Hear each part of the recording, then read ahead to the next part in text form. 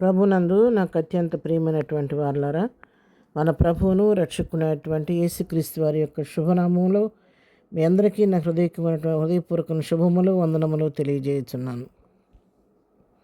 ఉదయకాల సమయంలో దేవుని వాక్యాన్ని ధ్యానం చేసుకుందాం. ఈరోజు వాక్య ధ్యానం కొరకు మనం తీసుకున్నటువంటి లేఖన భాగం యోబు గ్రంథము 8వ అధ్యాయము 7వ వచనం.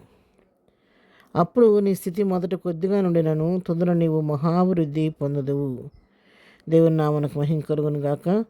ఉదయకాల సమయంలో దేవుడు మనందరికీ శ్రేష్టమైనటువంటి ఆశీర్వాదకరమైనటువంటి వాగ్దానం మనకి ఇస్తున్నాడు.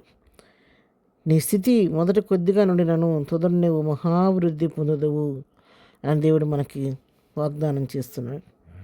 ఉదయకాలం వాక్యం వింటున్నటువంటి ప్రియులారా, ఈ దినాన ఈ వాక్యం వినే సమయానికి నీ స్థితి ఏ విధంగా ఉందో నాకైతే తెలియదు, కానీ ఈరోజు ప్రభువు నీకు ఇస్తున్నటువంటి అభయం వాగ్దానం ఏంటంటే, ఇప్పుడు నువ్వు ఉన్న స్థితిని బట్టి నువ్వు భయపడొద్దు. ఒక దినం ఉంది, ఆ దినం వచ్చినప్పుడు తొదకు నువ్వు మహాభివృద్ధి పొందుతావు. నిరీక్షణతో విశ్వాసంతో నా వైపు చూడమని దేవుడు మనకి అభయం ఇస్తున్నాడు. ఉన్న పరిస్థితిని గురించి ఏమాత్రం కృంగిపోవద్దు, జడియొద్దు, భయపడొద్దు, కానీ అవిశ్వాసం అసలే రానివ్వద్దు. విశ్వాసంతో ప్రభు వైపు చూడండి. నీకున్న దాన్ని ప్రభువుకి సన్నిధిలో పెట్టి ప్రార్థన చేయండి. సారెప్పతి విధవరాలని ఆశ్చర్యకరంగా ఏలియా భక్తుని పంపించి కరువు కాలం అంతా పోషించిన దేవుడు, అరణ్యంలో ఏలియాను కాకోలం చేత రొట్టె మాంసం పంపించి పోషించిన దేవుడు, 5 రొట్టెలు 2 చేపలు ఆశీర్వదించి 5,000 మందికి విరిచి వడ్డించి ఇంకా 12 గంపలు మిగిలేటట్లుగా ఆశీర్వదించిన దేవుడు మన దేవుడు. అలాంటి సమృద్ధి కలిగిన దేవుడిని మనం ఆరాధిస్తున్నాం కాబట్టి మన జీవితంలో లేమనేది దేవుడు రానేడు. యెహోవా నా కాపరి, నాకు లేమి కలగదు అని కీర్తనకారుడు చెప్పినట్టుగా మన జీవితంలో దేవుడు లేమి రానిచ్చే దేవుడు కాదు.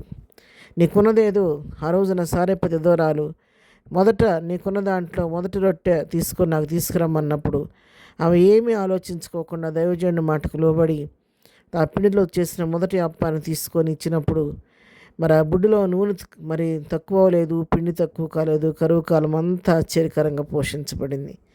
ఈ కొన్న దాంట్లో నుంచి ప్రభు భాగం ప్రభువుకు చెల్లించండి.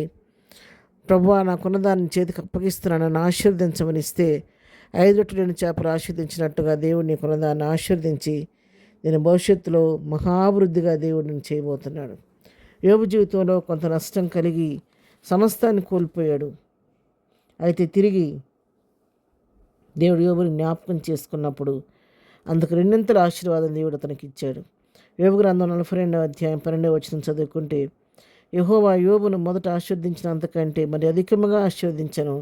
అతని 14,000 గొర్రెలను, 6,000 ఒంటెలను, 1,000 జతల ఎడ్లను, 1,000 ఆడుగాడిదలను కలిగెను.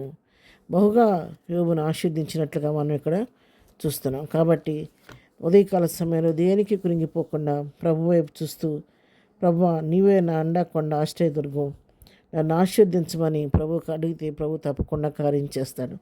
మత్తయి సువార్త 13వ అధ్యాయం 31-32 వచనాలు చూస్తే, ఆయన మరి ఒక ఉపమానం వారితో చెప్పాను. పరలోక రాజ్యం ఒకడు తీసుకొని తన పొలంలో విత్తిన ఆవగింజను పోలి ఉన్నది. అది విత్తనములన్నిటిలో చిన్నదే, కానీ పెరిగినప్పుడు కూర మొక్కలన్నిటిలో పెద్దదై ఆకాశ పక్షులు వచ్చి దాని కొమ్మల యందు నివసించనంత చెట్టగును. చిన్న ఆవగింజ భూమిలో వేస్తే అది మొలకెత్తి మహావృక్షం వద్దని ఇక్కడ వాక్యం సెలవిస్తుంది.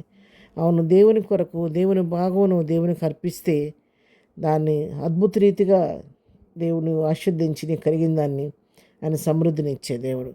కాబట్టి ఉదయకాలం వాక్యం ప్రియులారా, ఉన్న పరిస్థితిని గురించి ఇదే నా స్థితి అనుకోవద్దు. నీ స్థితిని మార్చే దేవుడు ఇదేనా నీ పక్షంగా ఉన్నాడు. నీ ఎదుట నిలబడి నీతో మాట్లాడుతున్నాడు. సారెప్పటి దూరాల్లాగా భయపడకోకుండా ఉన్నదానిలో దేవుని భాగం దేవునికి ఇవ్వండి. దేవుని సహాయం కొరకు వేడుకోండి. ప్రభుని ఆశీర్వదించమని అడగండి.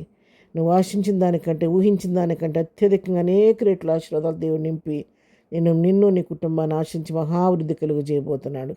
అటు కృపా ధన్యత ప్రభు మనకందరికీ దయచేయను గాక. ఆమెన్. ప్రార్థన. ప్రేమ కలిగిన తండ్రి, ఉదయకాల సమయంలో వాక్యం వింటున్న బిడ్డలందరినీ దీవించండి. వారి జీవితాల్లో సమృద్ధైన ఆశీర్వాదం మీరు కలుగు చేసి కృపలో భద్రపరచండి. ఏదైనా వాళ్ళు చేస్తున్న పని పాటలో తోడుకోనండి. వెళుతున్న మార్గాలన్నీ కాపుదలు దయచేయనని. ఏదైనా బర్త్డే, మ్యారేజ్ డే చేసుకున్న బిడ్డలను దీవించారు. కుటుంబాల శాంతి సమాధానం దయచేయండి. ఎగ్జామ్స్ రాస్తున్న బిడ్డలందరికీ పరలోక జ్ఞానం దయచేయండి. బలహీనందరినీ ముట్టండి, స్వస్థపరచండి. ప్రతి వారి అవసరాలకి నామను తీర్చమని, ఎదురు దేవులతో నింపి నడిపించమని యేసునామంలో ప్రార్థించడి పొందుకొని ఉన్నాము తండ్రి. ఆమెన్. ప్రభు కృప సదాకాలము మనందరికీ తోడయుండి నడిపించునుగాక. ఆమెన్.